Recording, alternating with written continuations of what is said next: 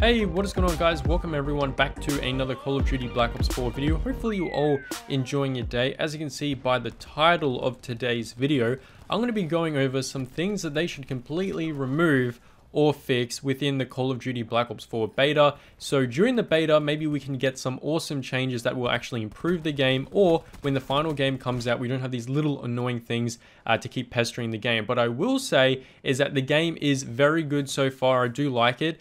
Some people are kind of mad that there's no like rocket boost jumps like there was in Black Ops 3, but I think this game's pretty fun. If I had to compare this game to anything, I'd say it's pretty much like Black Ops 3, except without the boost jumps, which is fine in my honest opinion. But overall, the maps are small, the fighting's really fast, and everything is just really great, which is awesome to see. But there is still some issues which stop this game from being like one of the greatest of all times, if you want to put it that way. So starting off, the number one complaint that I see a lot of people talking about is the body armor. Now, there's been a lot of comments on Reddit, especially YouTube I've seen around the place, and it's whether or not body armor should be removed from the whole game entirely. And from what I've gathered with Reddit and kind of the YouTube community, it probably should be, to be honest, because as you can see on the screen right now, there's people doing sick trick shots with their snipers and stuff, and as you can see, the body armor is just ruining it. Doesn't matter if you're going for a trick shot, if you're just going for a normal 1v1 where you're trying to gun someone out. The problem is that if you're both at full health and you more or less shoot at the same time, the person with body armor is going to win just because they have a bit more armor. Now, the main reason why people say that body armor should be removed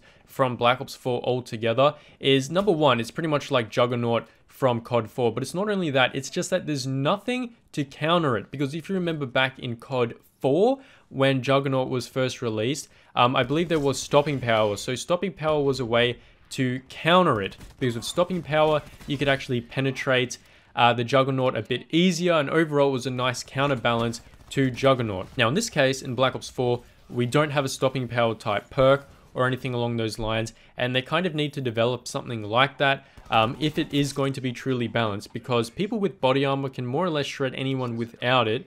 And I guess you could argue and say that, oh, everyone should be running body armor. Well, the thing is, not everyone should be. Every type of perk should have a counter perk to it, or it should at least be balanced. So maybe adding some type of attachment like stopping power or something along those lines would be pretty good. But overall, in my honest opinion, body armor is just pretty annoying. And if they were to balance it, here's what I would suggest. I would suggest some type of perk like stopping power.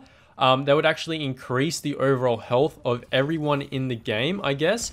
Increase the damage of the weapons is another way to go, or they can increase the bullet resistance. Some of those options can, in my opinion, make the game a bit better. So moving over to the next thing that a lot of people don't like within Black Ops 4 that I keep seeing a lot is Fog of War. So if you actually haven't played the beta yet or haven't been paying too much attention to the Black Ops 4 news, basically, as you can see in the top left of the minimap, what Fog of War is it's kind of like a different minimap. So you basically have to get close to someone and then they appear. It's not like the normal minimap that we're used to in Call of Duty. And a lot of people are trying to figure out what the whole point of this type of minimap is. Some people have been stating that it, in a way, kind of encourages camping, because when you see someone on the map, they more or less see you as well. So you're playing a bit safer and you're more or less going to try and camp out the other person. And there's just a lot of corner camping, and a lot of people seem to be quite frustrated with it. But at the end of the day, it is a very fast-paced game, but I still don't really like this whole new minimap type of style. I feel like when this will be implemented, I don't think they're going to be changing this, but if it will get implemented within the final game, I feel like people will start getting mad at it or whatever, and by next year, in the next Call of Duty, I feel like they're just going to go back to the normal minimap. It's kind of something that they always do.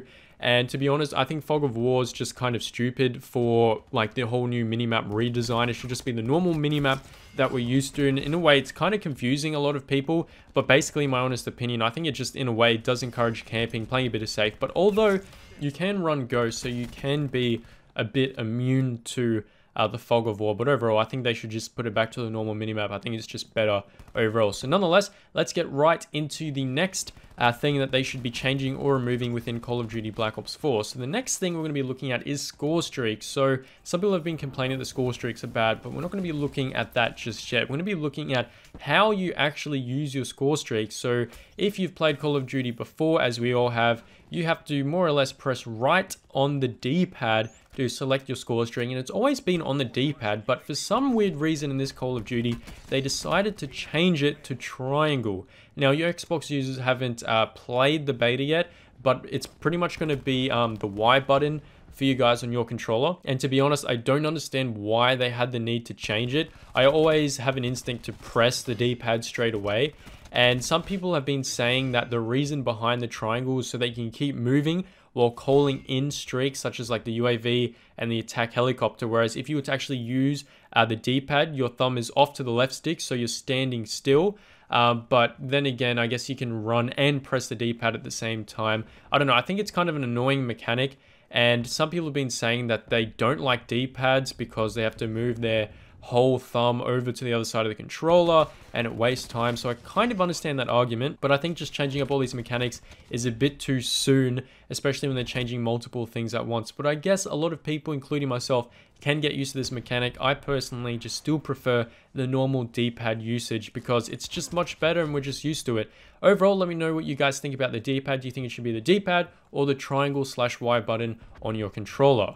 So moving over to the next thing we're going to be looking at is a lot more things that they should be changing. So I'm looking at a Reddit post right now, and this guy's listed out a ton of pros and cons to the game. And I'm going to be going through his con list, and I'm going to be agreeing or disagreeing with some of the stuff he's saying. So starting off with, he is stating that the load times in this game can be horrendous. Now, to be honest, I kind of have to agree. Sometimes it's fast for some reason, and sometimes it's quite slow. I don't know if it's got something to do with other people's connections or like the PS4 load speed, but overall it's pretty bad. But then again, it's just a beta, and there's lots of people playing the beta at the moment, but I feel like once we get the real game, I think it's going to be a different story.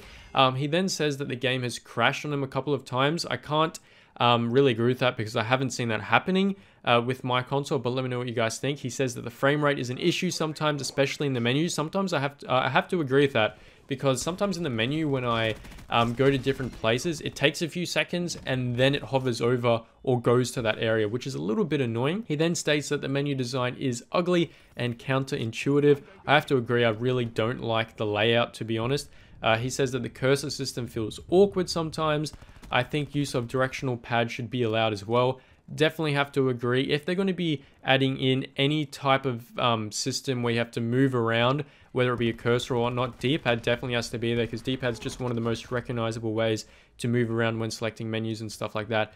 He then says that some abilities feel overpowered, some break game mode, Seraph in Search and Destroy, and Firebreak and Domination. I'm going to have to agree with them on that a little bit. I do feel though sometimes that Seraph and Firebreak can be a little bit overpowered, especially Seraph in a Search and Destroy setting. But then again, it was kind of like the same thing in Black Ops 3. All the specialists should realistically be the same throughout all game modes. So in a way, I guess there's an argument to that. He then goes ahead and says that the shield is overpowered, shouldn't be in the game.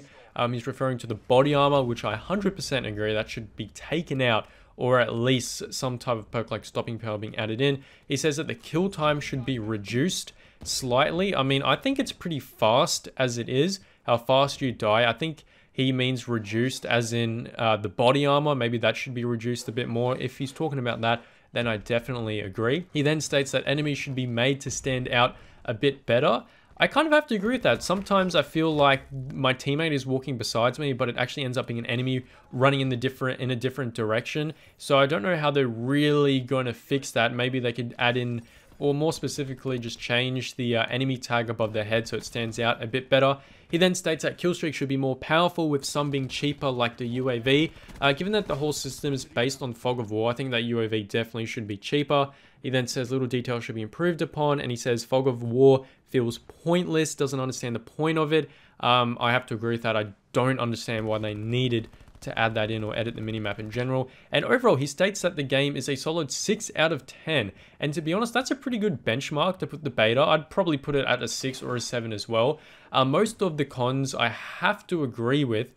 Some of them I don't agree with, like the crashing of the game, maybe the abilities being a bit too overpowered. Overall, I still feel like the game is really good, but just little tweaks like that, like the body armor having some type of balance or counter perk or something like that against it, maybe getting rid of Fog of War or improving it, or just putting back the whole new minimap system would be much better. Overall, guys, let me know what you think down below in the comment section. Do you think body armor should be in the game, or do you think it should be removed altogether? Let me know what you think. Hopefully you did enjoy the video. Let me know what else you want removed from Call of Duty Black Ops 4 as well, and I'll catch you all later.